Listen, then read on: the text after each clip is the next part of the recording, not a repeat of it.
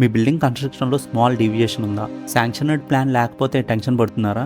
అలాంటి వాళ్ళ కోసమే గుడ్ న్యూస్. ఆంధ్రప్రదేశ్ గవర్నమెంట్ వచ్చేసింది with BPS, building penalisation scheme 2025. ఈ స్కీమ్ వల్ల అన్ఆథరైజ్డ్ కన్స్ట్రక్షన్స్ని లీగల్ చేయొచ్చు.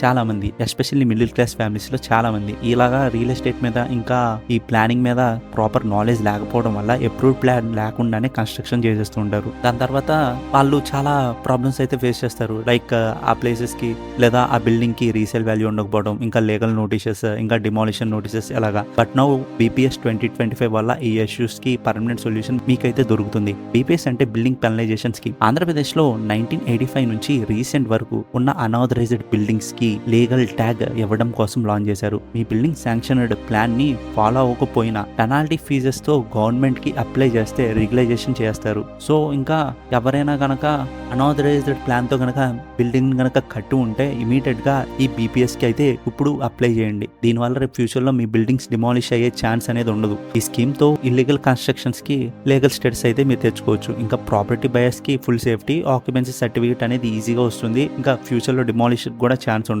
ఈ బీపీఎస్ కి ఎవరెవరు అప్లై చేసుకోవచ్చు? 1985 నుంచి కన్స్ట్రక్షన్ అయినా ఏ బిల్డింగ్ కైనా ఈ బీపీఎస్ అయితే ప్రస్తుతానికి మీరు అప్లై చేయొచ్చు. Municipality, urban development authority areas లో మీరు దీనికి అప్లై చేసుకోవచ్చు. అయితే అసలు మీరు ఈ బీపీఎస్ కి ఎలా అప్లై చేయాలి? ఈ బీపీఎస్ కి అప్లై చేయాలంటే ఇక్కడ మీకు కనిపిస్తున్న వెబ్సైట్లోకి వెళ్ళి మీ డాక్యుమెంట్స్, ఇంకా ఓనర్షిప్ ప్రూఫ్, ఇంకా కాపీస్ని, సేఫ్టీ సర్టిఫికేట్ని, అక్కడ అడిగిన డాక్యుమెంట్స్ని కనుక మీరు అప్లోడ్ చేసి పెనాల్టీ కనుక కట్టేస్తే మీరు ఈ బీపీఎస్కి అప్లై చేసినట్టే.